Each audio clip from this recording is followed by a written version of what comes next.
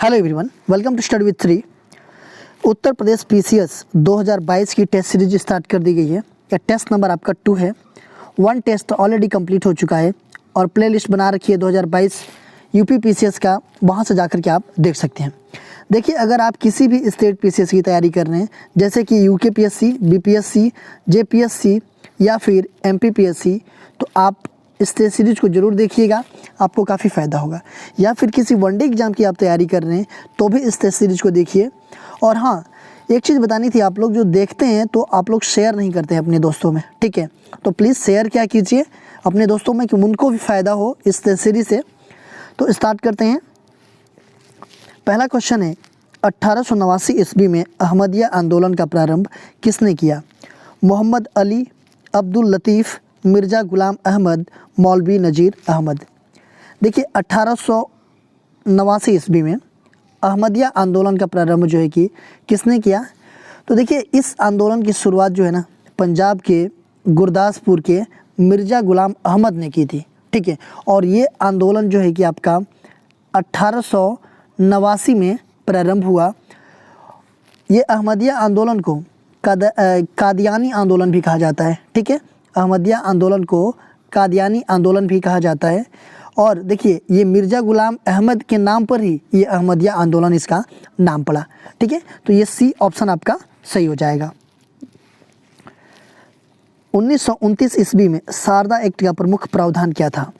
इसने विधवा विवाह की स्वीकृति प्रदान की, इसने कारखाने में बच्चों की नौकरी पर रोक लगाई, इसने लड़कों और लड़कियों के विवाह की न्यूनतम आयु निर्धारित की, और इसने कारखानों में महिलाओं की नौकरी के नियम बनाए। देखिए, बात की जा रही है 1929 का जो शारदा एक्ट था उसके बारे में, ठीक है? तो इसमें क्या प्रावधान था? तो देखिए, शारदा अधिनियम ये जो है कि आपका 1929 ईस्वी में हरबिलास शास्त्री के प्रयासों से ये पारित किया गया था, ठीक है? किसके प्रयासों से? तो हरबिलास शास्त्री के प्रयासों से शारदा एक्ट 1929 में पारित किया गया था। इसमें यह था कि बाल विवाह निषेध कानून था। ये जो कानून था ये बाल विवाह निषेध कानून था। देखिए, इस अधिनियम में लड़कियों की विवाह की न्यूनतम आयु कितनी की गई थी? तो 14 वर्ष, और लड़कों की विवाह की न्यूनतम आयु कितनी की गई थी? तो 18 वर्ष। तो ये क्या था कि इसने लड़कों और लड़कियों के विवाह की न्यूनतम आयु निर्धारित की थी, ठीक है? शारदा एक्ट। तो ये सी ऑप्शन आपका सही हो जाएगा। हुमायूं के मकबरे के संबंध में निम्न कथनों पर विचार कीजिए।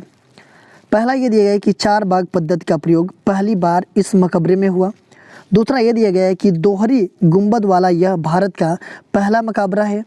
एंड तीसरा ये दिया है कि इस मकबरे को ताजमहल का पूर्वगामी माना जाता है। उपयुक्त कथनों में से कौन से कथन सही हैं, ये पूछा जा रहा है। देखिए, हुमायूं के मकबरे की बात की जा रही है। सबसे पहले तो ये जानिए कि हुमायूं का मकबरा कहाँ पे है? तो ये जो है कि आपका है कहाँ पे? तो नई दिल्ली में जो पुराना किला है उसके पास में है, ठीक है?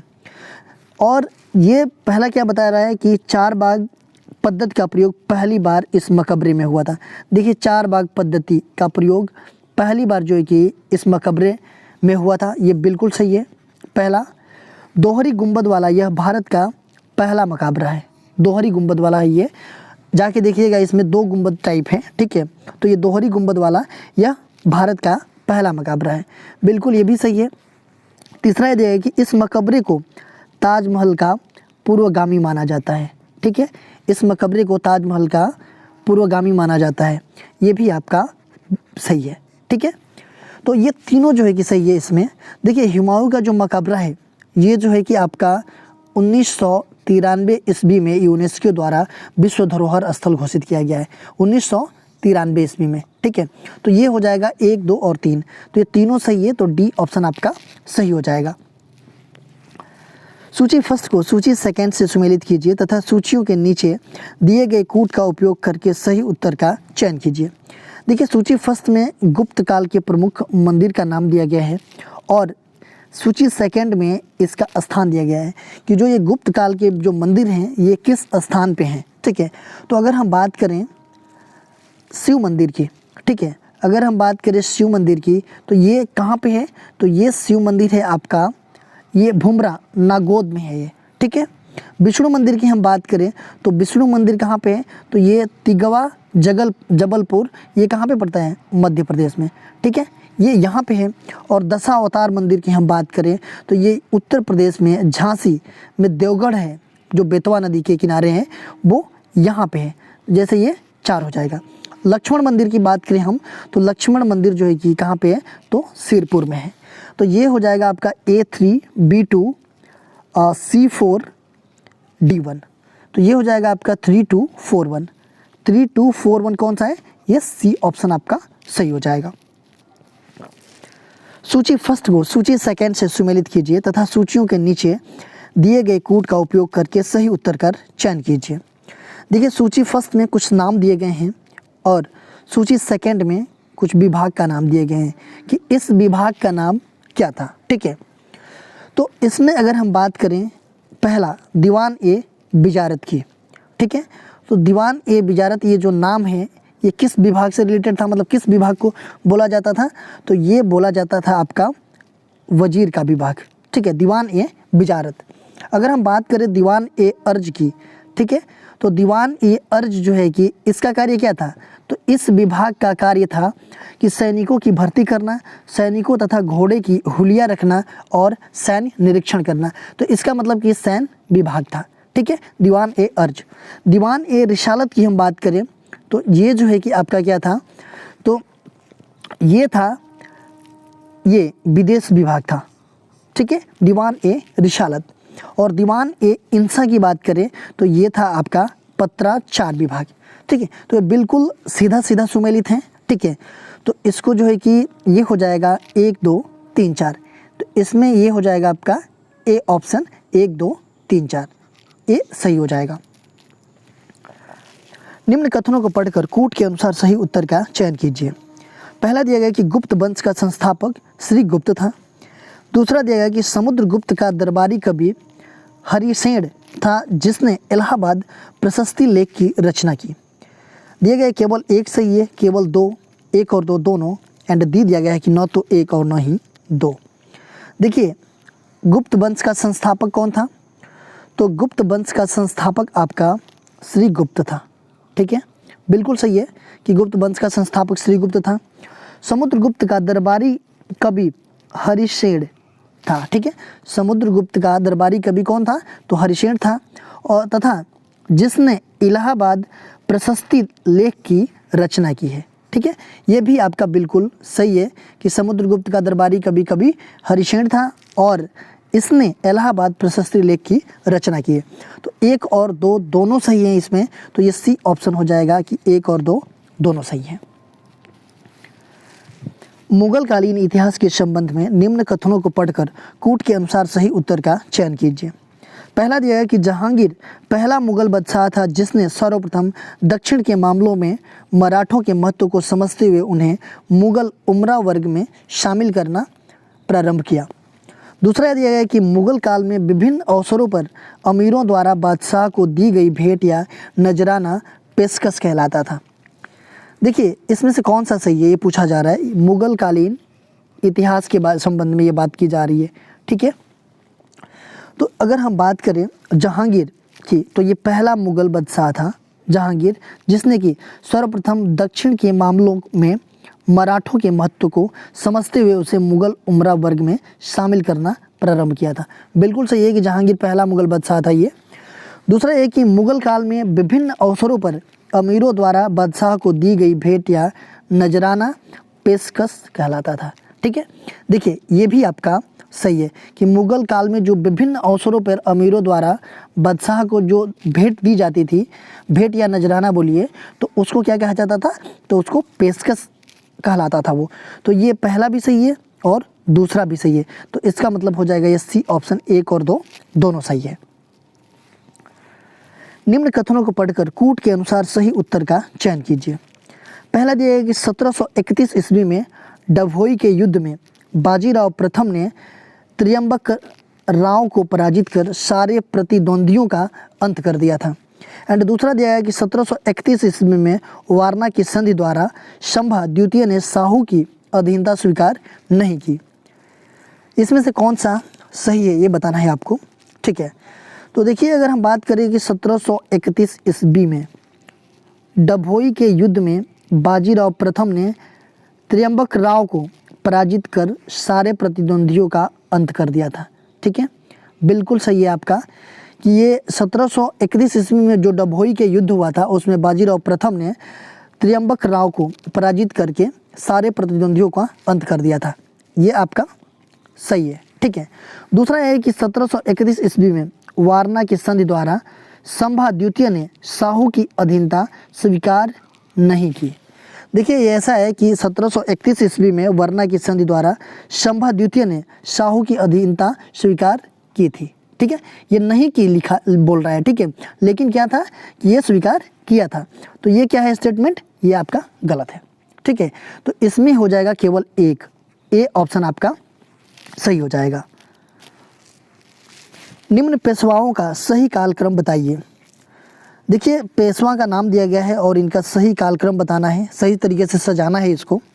बालाजी विश्वनाथ, बाजीराव प्रथम, बालाजी बाजीराव, माधवराव प्रथम। देखिए अगर हम बात करें इन पेशवाओं की तो इनका क्या क्या टाइम रहा इन पेशवाओं की, तो इनका टाइम रहा, देखिए अगर हम बात करेंगे बालाजी विश्वनाथ की तो इसका रहा 1713 से 1720 तक। ठीक है, पहला बालाजी विश्वनाथ का। अगर हम बात करेंगे बाजीराव प्रथम का तो इनका टाइम रहा 1720 से 1740 तक। ठीक है, अगर हम इनकी बात करें बालाजी बाजीराव की तो इनका टाइमिंग रहा 1740 से 1761 तक। ठीक है, और अगर हम इनकी बात करें माधवराव प्रथम की तो इनका 1761 से 1772 तक रहा। ठीक है, तो देखिए सबसे पहले कौन था, तो ये था पहला, उसके बाद से दूसरा, उसके बाद से तीसरा, उसके बाद से चौथा। ठीक है, अगर हम सही कालक्रम से के अनुसार सजाएंगे तो यही होगा ना।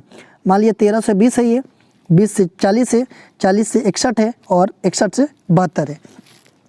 तो इसमें हो जाएगा आपका कौन सा, ये 1 2 3 4, ये पहला वाला ऑप्शन सही हो जाएगा आपका 1 2 3 4। निम्न कथनों को पढ़कर कूट के अनुसार सही उत्तर का चयन कीजिए। बोला जा रहा है कि प्रथम आंग्ल मैसूर युद्ध 1780 से 84 के दौरान हुआ। दूसरा ये बोला जा रहा है कि 1780 ईस्वी में अंग्रेज़ों ने हैदर अली की शर्तों पर मद्रास की संधि की, जिसके अनुसार दोनों पक्षों ने एक दूसरे के जीते हुए क्षेत्रों को छोड़ दिया। इसमें कौन सा सही है, इसके बारे में बताना है, सही उत्तर का चयन करना है इसमें 10 नंबर में। तो देखिए अगर हम बात करें प्रथम आंग्ल मैसूर युद्ध की, ठीक है, तो प्रथम आंग्ल मैसूर युद्ध जो है कि किसके किसके बीच हुआ था, सबसे पहले तो ये जानते हैं, तो ये अंग्रेज़ों और हैदर अली के बीच हुआ था। और कब हुआ था, तो ये हुआ था आपका 1767, ठीक है, से 1769 तक। ठीक है, 1767 से 1769 के बीच हुआ था प्रथम आंग्ल मैसूर युद्ध। किसके किसके बीच, तो ये अंग्रेज़ों और हैदर अली के बीच। तो पहला ऐसे ही क्या है स्टेटमेंट, ये गलत है। ठीक है, दूसरे की अगर बात करें कि 1780 ईस्वी में अंग्रेज़ों ने हैदर अली की शर्तों पर मद्रास की संधि की, जिसके अनुसार दोनों पक्षों ने एक दूसरे के जीते हुए क्षेत्रों को छोड़ दिया। देखिए मद्रास की संधि की बात की जा रही है। ठीक है, तो मद्रास की संधि कब हुई थी, तो ये हुई थी 4 अप्रैल कब, 1769 में। ठीक है, ये जो है कि 1780 में नहीं हुआ था। ठीक है, तो 1769 में ये संधि हुई थी, मद्रास की संधि। उसमें जो है कि हैदर अली की शर्तों पर, मतलब इसके अनुसार, मतलब मद्रास की संधि के अनुसार जो है कि दोनों पक्षों ने एक दूसरे के जीते हुए क्षेत्र को क्या किया था, छोड़ दिया था। तो ये भी आपका गलत है। ठीक है, तो इसमें न तो 1 सही है और न ही 2 सही है। तो ये डी ऑप्शन हो जाएगा आपका कि न तो 1 और न ही 2। निम्न नेताओं और उनसे संबंधित मिसल का गलत युग्म बताइए।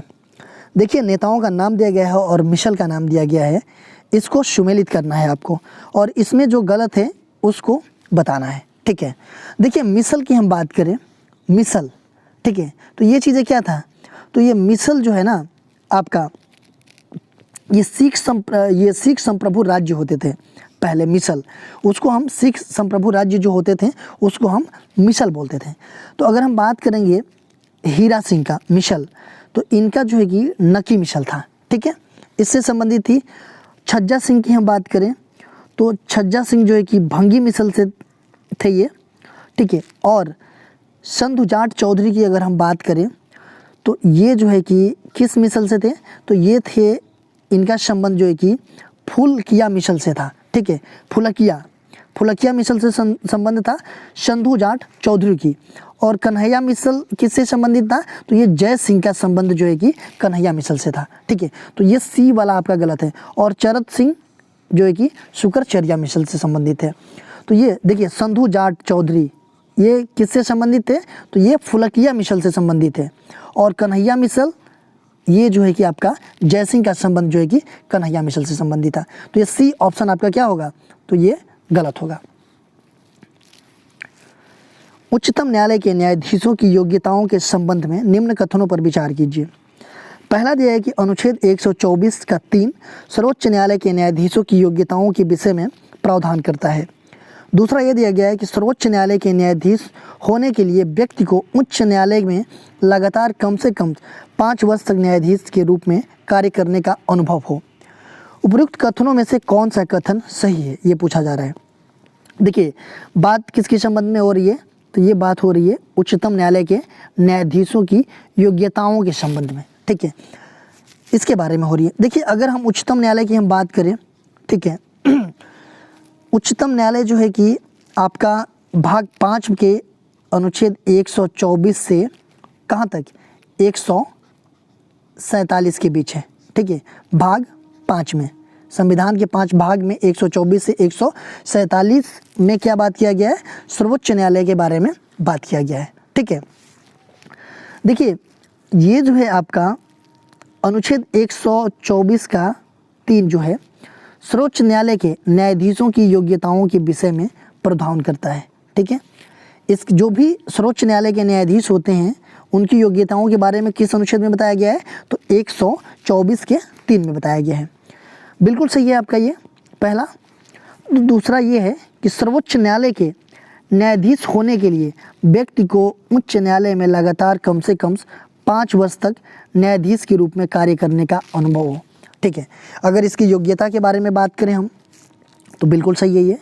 देखिए और क्या क्या योग्यता होनी चाहिए, तो वह भारत का नागरिक होना चाहिए, ठीक है, वह जो है कि एक या एक से अधिक उच्च न्यायालय में कम से कम 10 वर्ष तक अधिवक्ता रह चुका हो, ठीक है, 10 वर्ष तक वकील रह चुका हो, नहीं मतलब ये भी है, और 5 वर्ष तक क्या है, न्यायाधीश के रूप में वो कार्य किया है। तो ये उच्चतम न्यायालय के न्यायाधीश बनने की योग्यता के संबंध में सही है ये। तो ये दोनों सही है, पहला और दूसरा। तो ये हो जाएगा आपका सी ऑप्शन की 1 और 2 दोनों सही है, ठीक है। भारतीय संविधान तथा नियंत्रण महालेखा परीक्षण अधिनियम 1971 के अनुसार नियंत्रण महालेखा परीक्षण की सेवा शर्तों के संबंध में निम्न कथनों पर विचार कीजिए। पहला दिया गया है कि वह 6 वर्ष की अवधि तथा 65 वर्ष की आयु जो भी पहले हो तक अपने पद पर कार्य कर सकता है। दूसरा स्टेटमेंट यह दिया गया है कि पद ग्रहण करने पर नियंत्रण महालेखा परीक्षण राष्ट्रपति के समक्ष तीसरी अनुसूची के अनुसार शपथ लेगा या प्रतिज्ञान करेगा। उपयुक्त कथनों में से कौन से कथन सही है, ये पूछा जा रहा है। देखिए हम बात कर रहे हैं किसके बारे में, नियंत्रण महालेखा परीक्षक के बारे में, ठीक है। तो इनका जो है कि कार्यकाल की अगर बारे में बात करें हम, तो इनका 6 वर्ष की अवधि तक इनका कार्यकाल रहता है या 65 वर्ष की आयु तक रहता है। देखिए इनका जो भी पहले हो जाए ना, इसमें 65 वर्ष पूरा हो जाए तो ये रिटायर्ड हो जाएंगे, या 6 वर्ष पहले पूरा हो जाए तो ये रिटायर्ड हो जाएंगे, ठीक है। इनकी ये जो है कि कैग का ये चीज़ें हैं, ठीक है, पहला आपका सही है। देखिए अगर हम कैग के बारे में बात करें तो कैग के बारे में भाग 5 में, संविधान के भाग 5 में 148 से 151 जो अनुच्छेद हैं उसमें इनके बारे में बात की गई है, कैग के बारे में, जो हमारे देश के नियंत्रण महालेखा परीक्षक होते हैं, ठीक है। तो पहला आपका सही है कि इनका 6 वर्ष या 65 वर्ष, इन दोनों में जो भी पहले हो जाए तो ये रिटायर्ड हो जाएंगे, ठीक है। दूसरा ये दिया गया है कि पद ग्रहण करने पर नियंत्रण महालेखा परीक्षण राष्ट्रपति के समक्ष तीसरी अनुसूची के अनुसार शपथ लेगा या प्रतिज्ञान करेगा। देखिए अगर हम बात करें तीसरी अनुसूची, ठीक है, तीसरी अनुसूची जो है क्या है, तीसरी अनुसूची में इसमें शपथ एवं प्रतिज्ञान के बारे में बात की गई है, ठीक है। जो भी राष्ट्रपति हैं और ये कैग वगैरह हैं या सुप्रीम कोर्ट के जो न्यायाधीश हैं उन सब के बारे में जो शपथ लेने के बारे में बात की गई है और प्रतिज्ञान करेगा इसके बारे में बात की गई है, ठीक है। तो ये भी आपका सही है। देखिए अगर हम बात करें कैग का, तो कैग जो है कि राष्ट्रपति के द्वारा नियुक्ति की जाती है और त्यागपत्र भी अगर कैग देगा तो किसको देगा, तो वो राष्ट्रपति को ही देगा, ठीक है। कैग जो है कि कैग का काम क्या होता है, तो कैग का काम होता है कि सरकारी खाते और उसके द्वारा जो भी खर्च किए जा रहे हैं धन हैं उनको गहराई से जांच करना कि वो धन जो है कि सही तरीके से खर्च हो रहा है या फिर सही तरीके से खर्च नहीं हो रहा है। ये काम होता है किसका, तो ये काम होता है कैग का, ठीक है। तो ये दोनों सही हैं, तो ये हो जाएगा सी ऑप्शन 1 और 2 दोनों सही हैं, ठीक है। राज्यपाल के विशेषाधिकार के संबंध में निम्न कथनों पर विचार कीजिए। पहला ये दिया गया कि राज्यपाल के पद की शक्तियों और कर्तव्यों के अनुपालन के लिए किए गए कार्यों के लिए उसे किसी न्यायालय में उत्तरदायी नहीं ठहराया जा सकता है। दूसरा ये दिया गया है कि पद ग्रहण के दौरान राज्यपाल के विरुद्ध कोई सिविल कार्यवाही प्रारंभ करने से पूर्व उसे 2 माह की पूर्व सूचना देनी आवश्यक है। उपयुक्त कथनों में से कौन से कथन सही हैं, ये पूछा जा रहा है। देखिए ये बात की जा रही है राज्यपाल के विशेषाधिकार के संबंध में, ठीक है। तो इसके संबंध में अगर हम बात करें तो राज्यपाल के पद की शक्तियों एवं कर्तव्यों के अनुपालन के लिए किए गए कार्यों के लिए उसे किसी न्यायालय में उत्तरदायी नहीं ठहराए। देखिए जो राज्यपाल काम कर रहा है, जो शक्ति है उसके पास और जो कर्तव्य हैं उसके अनुपालन के लिए और किए गए कार्यों के लिए कोई भी उसको न्यायालय में मतलब उसे किसी न्यायालय में उत्तरदायी नहीं ठहराया जा सकता है, ठीक है। ये चीज़ें बोली गई है राज्यपाल के बारे में, बिल्कुल सही है। दूसरी चीज़ ये बोली गई है कि पद ग्रहण करने के दौरान राज्यपाल के विरुद्ध कोई सिविल कार्यवाही प्रारंभ करने से पूर्व उसे 2 माह की पूर्व सूचना देनी आवश्यक है। देखिए अगर राज्यपाल जो है कि कोई व्यक्ति पद ग्रहण कर चुका है, मतलब राज्यपाल के पद पर है, ठीक है, तो उसके विरुद्ध कोई सिविल कार्यवाही अगर प्रारंभ करना है तो उससे वो सिविल कार्यवाही करने से पहले उसे जो है कि 2 माह पहले जो है कि उसको सूचना देना आवश्यक है राज्यपाल को, ठीक है। ये भी आपका सही है। तो ये हो जाएगा आपका 1 और 2 दोनों सही हैं, सी ऑप्शन आपका सही हो जाएगा। राज्य के महाधिवक्ता के संबंध में निम्न कथनों पर विचार कीजिए। पहला दिया है कि भारतीय संविधान में प्रत्येक राज्य में एक महाधिवक्ता का प्रावधान किया गया है।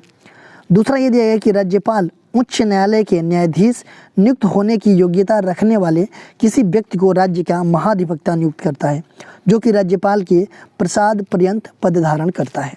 उपयुक्त कथनों में से कौन से कथन सही हैं? देखिए महाधिवक्ता के बारे में बात की जा रही है, इसके संबंध में विचार करना है। महाधिवक्ता के अगर बात करें तो ये राज्य सरकार का एक सरकारी वकील होता है, ठीक है, जो कि राज्य सरकार की तरफ से ये लड़ता है।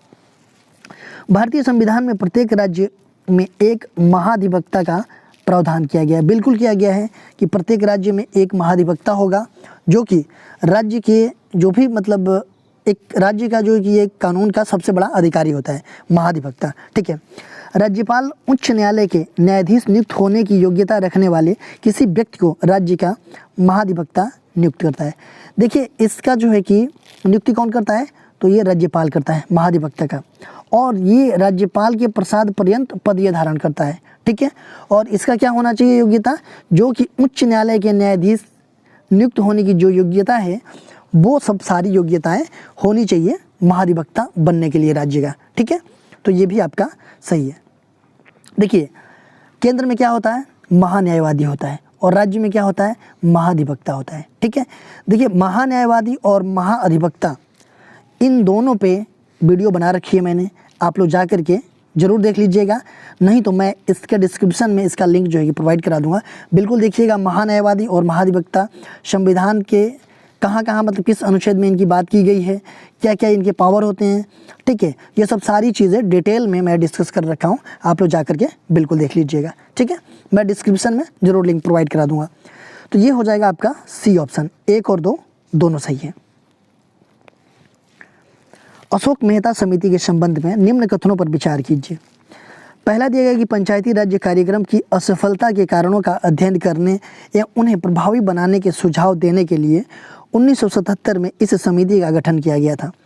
दूसरा यह दिया है कि इस समिति ने पंचायती राज व्यवस्था के त्रिस्तरीय ढांचे के स्थान पर द्विस्तरीय ढांचे की संस्तुति की। उपरोक्त कथनों में से कौन से कथन सही है? देखिए, अशोक मेहता समिति के बारे में बात की जा रही है, इसके संबंध में बात की जा रही है, ठीक है। तो देखिए, सबसे पहले जो पंचायती राज व्यवस्था है ना, उसके बारे में अगर हम बात करें तो बलवंत राय मेहता समिति थी, जो कि 1957 में अपनी रिपोर्ट प्रस्तुत की थी, ठीक है। तो इस रिपोर्ट में क्या ये बताई थी कि त्रिस्तरीय पंचायती राज व्यवस्था का सुझाव दिया था इसने। त्रिस्तरीय में क्या था कि ग्राम स्तर पर ग्राम पंचायत, प्रखंड स्तर पर पंचायत समिति और जिला स्तर पर जिला परिषद होना चाहिए, ठीक है। जो बलवंत राय मेहता समिति थी 1957 की, इन्होंने त्रिस्तरीय ढांचे का सुझाव दिया था, ठीक है।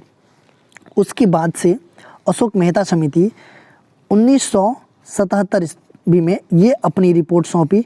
इसने क्या बताया कि इसने ये बताया कि द्विस्तरीय ढांचे की मतलब संस्तुति की, ये बताया कि द्विस्तरीय होनी चाहिए। द्विस्तरीय में क्या बताया इसने?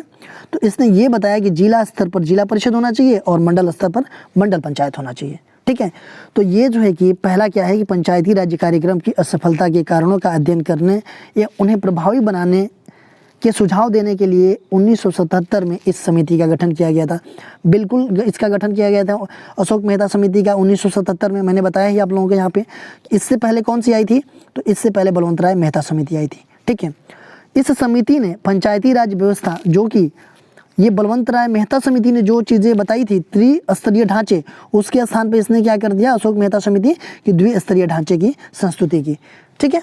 बताई दिया कि द्विस्तरीय ढांचे में क्या क्या था कि मंडल स्तर पर आपका जो है कि मंडल पंचायत होना चाहिए और जिला स्तर पर क्या होना चाहिए? जिला परिषद होना चाहिए। तो ये दोनों आपका सही है। तो ये हो जाएगा आपका सी ऑप्शन, 1 और 2 दोनों सही हो जाएगा, ठीक है। मीथेन गैस उत्पादन करने वाला क्षेत्र है गेहूं के खेत, कपास के खेत, धान के खेत, मूंगफली के खेत। देखिए, बात की जा रही है मीथेन गैस की। मीथेन गैस उत्पादन करने वाला क्षेत्र है, क्या है इसमें से? तो इसमें से देखिए, मीथेन का फॉर्मूला क्या होता है? CH4, ठीक है। मीथेन गैस जो है कि कितने जगह से उत्पन्न हो सकती है अगर देखा जाए तो? एक तो धान के खेत से ये मतलब इसका उत्पादन होता है, ठीक है, ये क्षेत्र है। दूसरा कि जुगाली जो मतलब पशु करते हैं, वहाँ से भी मीथेन गैस निकलती है जुगाली करते टाइम पे। कोयले की खान है, उसमें से भी मीथेन गैस निकलती है। और जो आर्द्र भूमि होती है, वहाँ से भी इसका उत्पादन होता है मीथेन गैस का। तो ये अलग अलग तरह से क्वेश्चन बन सकता है। तो 3-4 जगहों से आप लोग याद रखिए कि धान के खेत से, जुगाली जो पशु करते हैं वहाँ से, और कोयले की खान से, आर्द्र भूमि से मीथेन गैस का उत्पादन होता है, ठीक है। पंचायतों के लिए वित्त आयोग के गठन संबंधी प्रावधान के संबंध में निम्न कथनों पर विचार कीजिए। पहला दिया गया है कि राज्य का राज्यपाल प्रत्येक 5 वर्ष की समाप्ति पर एक वित्त आयोग का गठन करेगा। दूसरा यह दिया गया है कि पंचायतों के लिए वित्त आयोग के गठन का प्रावधान संविधान के अनुच्छेद 243 झ में किया गया है। उपरोक्त कथनों में से कौन से कथन सही है, ये पूछा जा रहा है। देखिए, ये पंचायतों के लिए वित्त आयोग के गठन से संबंधित प्रावधान के बारे में बात की जा रही है, ठीक है। तो इसके बारे में अगर हम बात करें तो राज्य का जो राज्यपाल होता है वो प्रत्येक 5 वर्ष की समाप्ति पर एक वित्त आयोग का गठन करेगा। बिल्कुल सही है कि वो 5 वर्ष की समाप्ति पर जो है कि राज्य का राज्यपाल जो है कि गठन करेगा। दूसरा यह है कि पंचायतों के लिए वित्त आयोग के गठन का प्रावधान संविधान के अनुच्छेद 243 झ में किया गया है। ये भी सही है कि जो संविधान में अनुच्छेद 243 झ है, उसमें जो है कि पंचायतों के लिए वित्त आयोग के गठन के बारे में प्रावधान किया गया है। दूसरा भी सही है। देखिए, अगर हम बात करें सेंटर में, केंद्र में जो वित्त आयोग का गठन होता है, वो जो है कि संविधान के 280 अनुच्छेद के तहत होता है। और उसका काम क्या होता है? जो वित्त आयोग का गठन होता है, तो उसका काम ये होता है कि केंद्र व राज्यों के बीच करों का बंटवारा करने के लिए, ठीक है। ये 280 अनुच्छेद के तहत होता है। देखिए अभी जो है कि 15वां वित्त आयोग चल रहा है, ठीक है, 15वां वित्त आयोग चल रहा है अभी, और इसके अध्यक्ष कौन है? तो इसके अध्यक्ष जो है कि हमारे NK सिंह जी हैं। ये जो है कि 2020 से 2025 तक चलेगा, ठीक है, जो वित्त आयोग है। तो ये हो जाएगा आपका सी ऑप्शन। निम्नलिखित कथनों को पढ़कर कूट के अनुसार सही उत्तर का चयन कीजिए। रेड क्लिफ समिति भारत और पाकिस्तान के बीच सीमाओं को निर्धारित करने के लिए नियुक्त की गई थी। दूसरा है कि रेड क्लिफ समिति की नियुक्ति तत्कालीन वायसराय लॉर्ड विलियम बेंटिंक द्वारा जुलाई 1947 में की गई थी। इसमें से पूछा जा रहा है कि कौन सा सही उत्तर है। देखिए रेड क्लिफ समिति, रेड क्लिफ रेखा किसके किसके बीच है? तो भारत और पाकिस्तान के बीच है, ठीक है। तो रेड क्लिफ समिति जो है कि भारत और पाकिस्तान के बीच सीमाओं के निर्धारण करने के लिए नियुक्त की गई थी। जो रेड क्लिफ समिति बनाई गई थी, ये दोनों भारत और पाकिस्तान के बीच जो है कि सीमाओं का निर्धारण करने के लिए बनाया गया था। बिल्कुल सही है ये। दूसरा ये दिया गया स्टेटमेंट कि रेड क्लिफ समिति की नियुक्ति तत्कालीन वायसराय लॉर्ड विलियम बेंटिंक के द्वारा जुलाई 1947 में की गई। देखिए जब ये समिति बनाई गई थी तो उस टाइम पे इस समिति की नियुक्ति जो है कि तत्कालीन वायसराय कौन थे उस टाइम पे? तो लॉर्ड विलियम बेंटिंक नहीं थे। कौन थे? तो उस टाइम पे लॉर्ड माउंटबेटन के द्वारा जो है कि ये जुलाई 1947 में ये की गई थी, ठीक है। तो जुलाई 1947 तो सही है, लेकिन ये लॉर्ड विलियम बेंटिंक नहीं है। ये कौन है? तो ये लॉर्ड माउंटबेटन के द्वारा है, ठीक है। तो ये हो जाएगा आपका गलत। दूसरा सही है कौन सा? तो ये पहला आपका सही है। तो ये हो जाएगा आपका ए ऑप्शन। निम्नलिखित कथनों को पढ़कर कूट के अनुसार सही उत्तर का चयन कीजिए।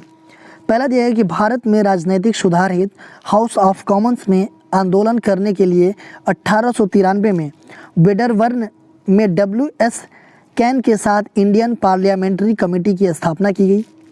दूसरा यह दिया है कि 1920 ईस्वी में all India home rule league ने अपना नाम परिवर्तित कर स्वराज्य सभा रख लिया। इसमें से सही उत्तर चूज करना है कि कौन सा सही है। दो स्टेटमेंट दिए गए हैं। तो देखिए भारत में राजनीतिक सुधार हेतु जो हाउस ऑफ कॉमन्स में आंदोलन करने के लिए 1893 में वेडरबर्न में WS कैन के साथ जो है कि इंडियन पार्लियामेंट्री कमेटी की स्थापना की गई। यह बिल्कुल सही है आपका। दूसरा है कि 1920 ईस्वी में all India home rule league ने अपना नाम परिवर्तित करके क्या रख दिया? तो स्वराज सभा रख दिया। 1920 में all India home rule league ने अपना नाम परिवर्तित करके स्वराज सभा रख दिया। बिल्कुल सही है कि इसने जो है कि 1920 में अपना नाम परिवर्तित करके स्वराज सभा रखा। तो ये हो जाएगा आपका कौन सा? ये सी ऑप्शन हो जाएगा। 1 और 2 दोनों सही है, ठीक है।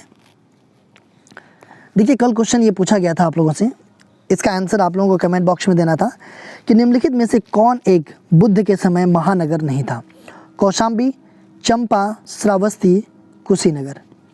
देखिए बुद्ध के समय जो है कि महानगर नहीं था। इसमें से कौन सा? देखिए कौशाम्बी भी महानगर था, चंपा भी था, श्रावस्ती भी था, लेकिन कुशीनगर जो है कि इनके समय पे महानगर नहीं था। अच्छा देखिए कुशीनगर का जो पुराना नाम है क्या? कुशीनारा के नाम से भी जानते हैं ना इसको, कुशीनगर को। तो ये हो जाएगा आपका डी ऑप्शन, ठीक है। आज का क्वेश्चन देख लेते हैं हम। आज का क्वेश्चन है लेटराइट मिट्टियों के संबंध में निम्नलिखित कथनों में से कौन सा सही नहीं है। देखिए पूछा जा रहा है कौन सा सही नहीं है, ठीक है। उसका निर्माण स्वस्थान पर हुए अपक्षय द्वारा होता है। दूसरा यह दिया है कि वे बेसाल्ट तथा अन्य एल्यूमिनियम युक्त चट्टानों से अपघटित होती है। एंड तीसरा दिया है कि उनमें नाइट्रोजन की कमी होती है। और चौथा दिया है कि उनमें फास्फेट प्रचुर मात्रा में पाई जाती है। देखिए बात की जा रही है लेटराइट मिट्टी के बारे में, ठीक है। तो इसके संबंध में जो भी ये 4 ऑप्शन दिए गए हैं इसमें से पूछा जा रहा है कि कौन सा सही नहीं है। तो आप लोग एक बार देखिएगा और इसका आंसर जो है कि हमें कमेंट बॉक्स में बताइएगा, ठीक है। इसका आंसर मैं नेक्स्ट वीडियो में आप लोगों को बता दूंगा। देखिए अगर आप हमें इंस्टाग्राम पे भी फॉलो करना चाहते हैं तो यहाँ भी कर सकते हैं। इंस्टाग्राम पे हमारी आईडी है स्टडी विद श्री 25। फेसबुक एक मेरा पेज है स्टडी विद श्री के नाम से, और फेसबुक एक मेरा ग्रुप है UPPCS BEO RO करके, और ये टेलीग्राम का लिंक है, यहाँ भी आप लोग कनेक्ट हो सकते हैं। यहाँ पे भी स्टडी से रिलेटेड चीज़ें पोस्ट की जाती है जिससे आप लोगों को फ़ायदा पहुँच सकता है। दोस्तों अगर वीडियो अच्छी लगती है तो आप लोग अपने दोस्तों को शेयर कीजिए, लाइक किया कीजिए, कमेंट्स किया कीजिए। अगर वीडियो अच्छी नहीं लगती है तो आप लोग डिसलाइक कर दिया कीजिए और कमेंट बॉक्स में मुझे बताया कीजिए डिसलाइक क्यों किया। वीडियो देखने के लिए धन्यवाद।